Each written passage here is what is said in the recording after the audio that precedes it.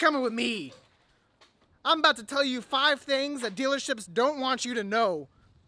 I don't know where I'm going. So as you can see, I broke out of dealerships. That's right, I'm the enemy. I used to sell vehicles. A lot of people used to sell vehicles, and a lot of people get out of selling vehicles for a number of reasons. Now, I loved selling vehicles, and I'll tell you something, I was actually really good at it. I loved my job 1,000%. I love the brand that I worked for. I love working with cars. I'm all about cars. And most importantly, I like working with people. I'm a people person. But one thing I'll let you know is that I didn't like working at dealerships for one very big reason. It's all about the money. Now, money means business, and business means money in my pocket, which is great. But sometimes when working at dealerships, there's a number of things that they keep secret that they don't want you to know. And I'm going to tell you 5 big things that they don't want you to know. And it's kind of wrong, but let's get into it. Number 1 on this list is going to be cash is not king. There is a common saying, cash is king. Money talks, right? All these have one big thing. If you have cash in your hand, that's the number 1 priority. But that's not the same for dealerships. You see, dealerships of course want to sell you a car. They just don't want to sell you any car. They want to sell you a car and make the most money possible. And that doesn't mean not giving out discounts. There's other ways to make money at a dealership. But if you come in and say you have $25,000 in cash, the dealership doesn't care. They know you're going to buy a car, but they want more. Having cash is not a good negotiating tactic. Dealerships don't want you to know that though. They want to make it seem like they're very interested and they want that $25,000 in cash. Truthfully, they can make their money off in the back end. The back end means anything that you agree upon on the front end when I want to buy that vehicle, they're going to send you to the back. And that can be a number of things like banks. They love banks. They make more money off of banks in most cases than they would on any other product on the vehicle. If they go to a bank and say, I have this person, they need a loan for this vehicle, they can charge you up in interest or even other things like I want gap on this vehicle or I want extra warranty on this vehicle. They can make a bunch of money in the back. So saying that you have $25,000 in cash is only a limit for them. They want to make more than that. Cash is not always king. Number 2 on this list is probably the most surprising and not surprising thing at dealerships. Everything is negotiable at a dealership. Everything, regardless what they say. I had to tell people no so many times, and then eventually we might give them $200 off, $500 off, because I told them no a lot. But truthfully, everything is negotiable. If you see something on the showroom floor that you like WeatherTech floor mats or a specific kind of sunshade that's personalized, negotiate that. You can negotiate that in your deal. Not everything is $5,000, $10,000 off a car. There might not be that markup on there. But you know what a dealership would love to do? They love to give you $300 floor mats for free because it probably only costs them maybe $100. They'd much rather take $100 off than take $500 or $1,000 or $10,000 off. Everything is negotiable at a dealership. Now, in some cases, the vehicle might have a really high demand. I used to sell very expensive, overpriced vehicles in my opinion, but there's exclusivity. As a salesman, I like to make sure that this vehicle is one of a kind. There's not that many out there on the road. Now, this is true, but does that mean you should have to pay full sticker and more for it? Absolutely not. A lot of places do that nowadays. With the new Escalade, they're marking up $5,000, $10,000 for market adjustment. No. That is negotiating on their side. You don't have to pay that. Everything is negotiable. Don't let them tell you there are no discounts. Everything is negotiable.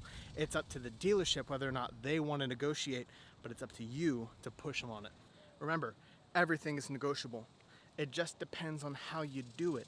If you want extra floor mats and you want summer protection and you want this or that, make a trade. Say, you know what? I see a lot of these vehicles out on the road. I want that vehicle. I'll offer you $5,000 off. Or maybe throw in some floor mats and throw in some extra wax, and I might just say yes. And they might just be opt to do that because they can save a lot of money on those products versus giving you a bunch of money off. Now, you might say, well, that's not very fair. I want $5,000 off. They may not be able to do it, but everything is negotiable. Everything. You want a cup of coffee? Force your salesman to go get you a cup of coffee. Everything's negotiable. Another thing dealerships don't want you to know is timing is everything. Timing is everything. And I mean that in every bit of the sense.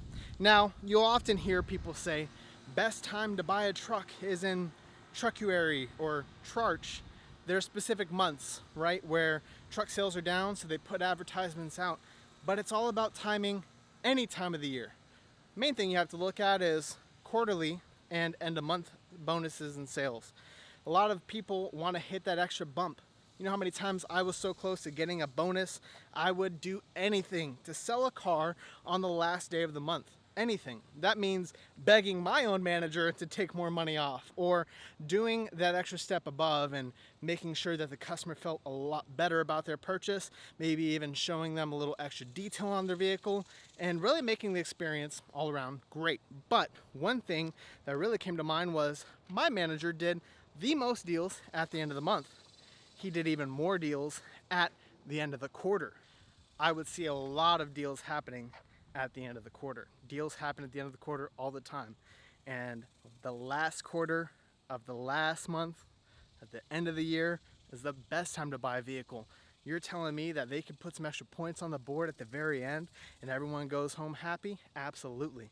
They're willing to do deals at the end of the month, at the last minute, more than anybody else in the world. Timing is everything.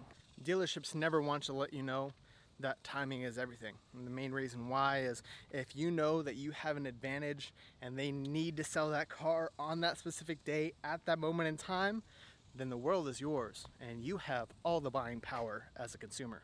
Another thing dealerships don't want you to know is all sales are final when you drive that vehicle off the lot. Now, this varies from state to state, but there's a legality behind that. It's because if you sign your paperwork, you sign on the dotted line, everything's set up with banks and all, it's when you get in that vehicle, you start her up, and you drive it off the premises. And I mean, you drive it off of the lot.